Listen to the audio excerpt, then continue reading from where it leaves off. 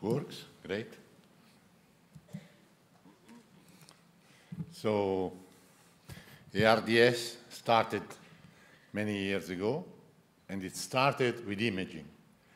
ARDS diagnosis cannot be done without imaging. It's in the definition, in the Berlin definition. It says that you have to have bilateral involvement of the lungs.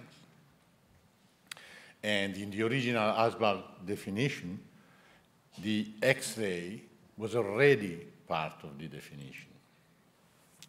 What is imaging in ARDS? There are a few things I know. Chest X-rays for sure. CT scan. Positron emission tomography is very rare. But since we have to put together physiology and imaging, positron emission tomography might help. Electrical impedance tomography and ultrasounds. Electrical impedance tomography and ultrasounds gives you a dynamic image, a movie, while CT scan is mostly a still picture. And chest X-rays we had from the start, while the ultrasounds really came up in the year 2000, around that. First revolution in chest imaging, in ARDS imaging, was CT scan. The introduction of CT scan, I think we can say, is due to a physiologist, Goran Edinstierna, who did the first studies in CT scans, of chest CT scans, actually in horses. Then we have the first paper on JAMA, and we started in Milan around 1984. What was really amazing was to discover that the lesions in ARDS were not homogeneous, that the lung appeared to be non-homogeneous, and that was in contrast with the knowledge we had from X-rays. Actually, ARDS was thought to be an homogeneous involvement of the lung, while we discovered that we had areas of the lung still aerated and regions of the lungs totally collapsed. This is a typical, not typical, this is one specific aspect of ARDS with blebs in air spaces, ground glass, collapse, totally unexpected from the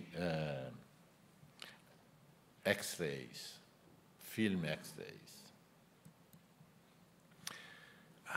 Now, to put together physiology and imaging, we have to look at CT scan not like a way to interpret morphology, but as a quantitative measurement. CT scan measures the density of the lung, roughly how much water and how much air there is in the lung.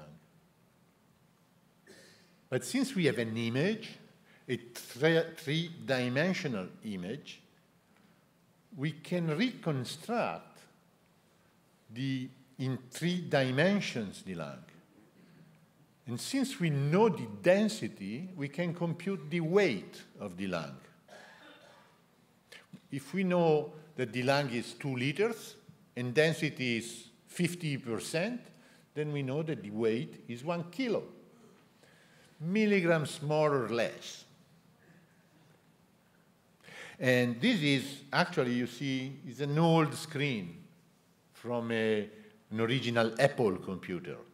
And you see plotted the percent of air and weight of a pig lung. And we could show that it was really possible, I would even say easy, to compute the weight of the lung. This is the first real in vivo measurement that we did, that became available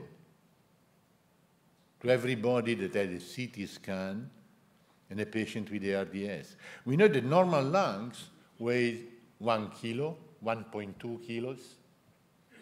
And pathology tells us that in acute respiratory failure in ARDS, it might become 2.5 kilos.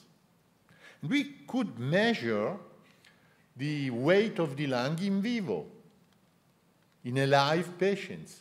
We discovered that, as a matter of fact, we could measure the weight of the lung. That was extremely important in physiology. First of all, the lung weight explained why we had collapse. Because the alveoli, in ARDS, the lung is edematous, is full of water, so the alveoli on the top sit on the alveoli on the bottom and compress them. They squeeze air out of the lung in the bottom regions on this, of the lung, particularly in supine patients. And we could see the effect of PEEP. We could measure the effect of PEEP. We can measure the effect of PEEP. We can see with PO2 here, you see with PEEP 5, 10, 15, PO2 goes up. The amount of normally aerated tissue goes up. The amount of density goes down. And in parallel, the intrapulmonary shunt decreases. The other point is that imaging correlates with mechanical properties of the lung. You see here that the compliance of the lung, of the respiratory system, is strictly correlated with the amount of normally aerated tissue. If only half of the lung is ventilated, then compliance will be 1/2. If we have 2 balloons, we have a certain compliance. If we ventilate just 1 balloon out of 2, because the other is collapsed, compliance is 1/2.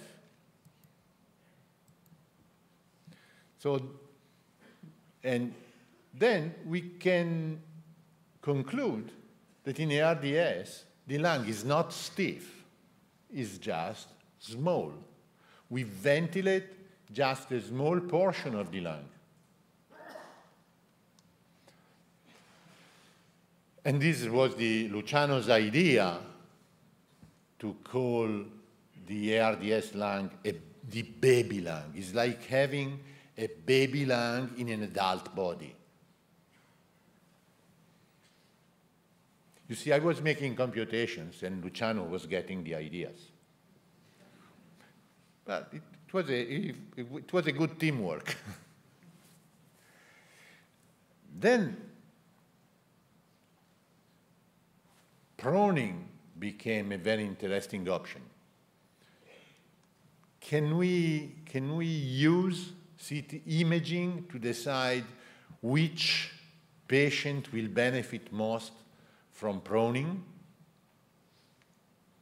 Well, we expected that putting a patient prone, the density that we had at the bottom would go on the top.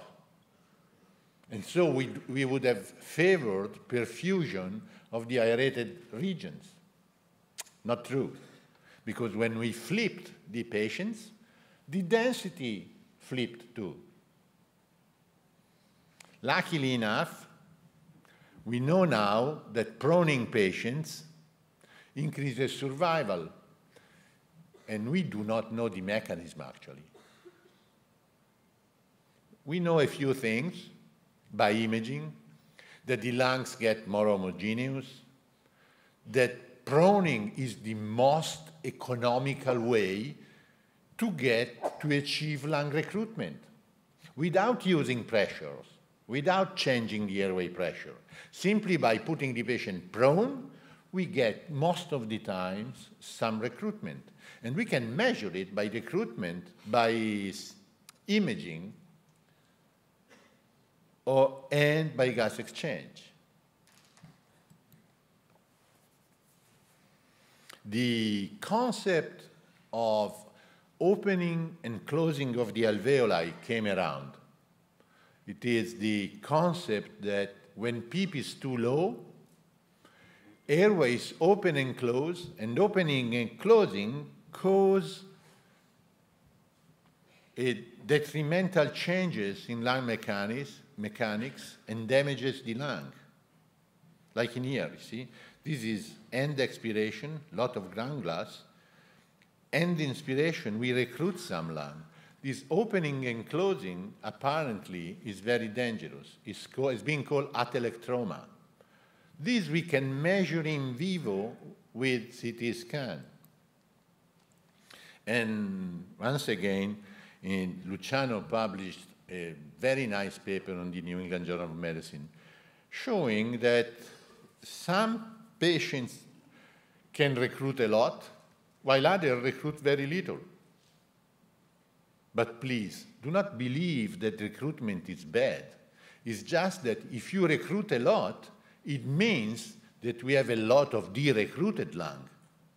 And that is the reason why the patients that recruit more die more. Then positron emission tomography came around because we wanted to use positron emission tomography to diagnose ventilator-associated pneumonia. But we discovered that in ARDS, even the regions that appear to be well aerated are in fact edematous and show an inflamed metabolism. The entire lung is inflamed, independently from the status of aeration. I could tell you much more about the effect of opening and closing, about the effect of tidal volume compared to end expiratory lung volume. That is, I think it's called strain, the ratio between tidal volume and end expiratory lung volume. But I think I have to move ahead because I still have 5 minutes. And I'm going to tell you about the electrical impedance tomography, which is something that came around the last, but is very effective in many ways. It shows you movies of ventilation. You see in your left side, you see how ventilation in this lung is quite homogeneously distributed, while it is not in this patient.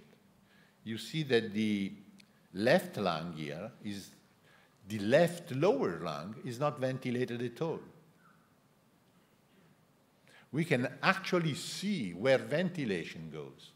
And this is due to the fact that impedance depends on how much saline we have in the field. The more air we have, the higher the impedance. Electrical current is not transmitted by air. So where air goes, impedance remains high or increases. We can use electrical impedance tomography to show changes in lung volume, as an example, by applying PEEP. You see, this is the impedance at 0 PEEP. When we go to PEEP 5, the baseline impedance increases, and expiratory impedance increases. Why? Because we have more air inside the lung. And if we go from 5 to 8, impedance increases again. Is that of any use? yes, we'll see that we could compute recruitment by the end expiratory lung volume. Today, we have a lot of discussion about whether spontaneous breathing should be added to mechanical ventilation or not, when to use spontaneous breathing, and when to use controlled mechanical ventilation. Many of us think that spontaneous breathing can be dangerous in certain situations. Here you see that a patient with high levels of pressure support compared to the same patient with lower levels of pressure support. And we see that the ventilation of these dorsal regions of the lung is much increased by spontaneous movement of the diaphragm. And that is because we know that the more active the diaphragm, the bigger is the movement of the dorsal region of the lung. And we can actually measure that in vivo, non-invasively, without radiations. Here we go back to the concept of recruitment.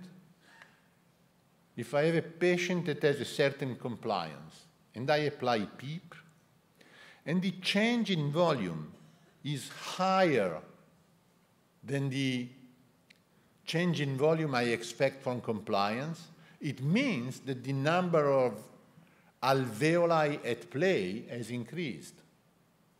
It means that the compliance has increased. So I can actually infer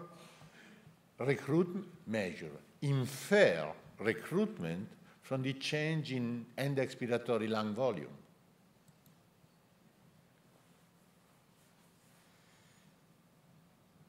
And we can also see where the recruitment takes place.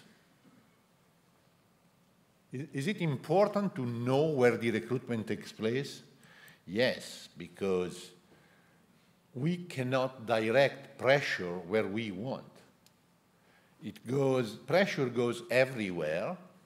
So at the end, we will have, this is going from PEEP 15 down to PEEP, I'll tell you what, 8 and 0. And on the left, you see that at high PEEP, we have a certain degree of overdistension. The overdistension decreases while we go down with PEEP, but at the same time, we have collapse that takes place. And so the selection of PEEP might be to select a compromise between overdistension and collapse. The last point is the use of EIT to measure perfusion. This is still mostly experimental. If we inject a bolus of saline solution into the right ventricle, this bolus will be distributed to the lung, and the impedance will decrease because we will have more electrolytes flowing in the lung. So here you see the distribution of ventilation, and here you see the distribution of the saline bolus. At the end, this will end up in a non-exactly quantitative VAQ ratio. And here, this is patient A, this is patient B. This patient A does have a PF ratio of 165, but the regional VAQ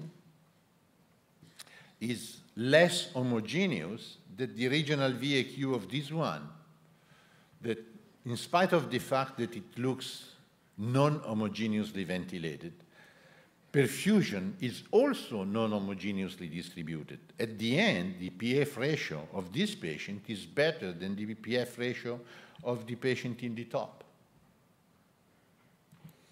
Last but I left ultrasounds because really I'm not an expert of ultrasounds. I know ultrasounds are very important these days. I think they can be used quite widely. To make them quantitative is not very easy, but the most important use of ultrasounds in ARDS, besides the diagnosis of collapse, B-lines, and so on, I think, while evaluating physiology in ARDS patients, keep in mind that the function of the right ventricle is very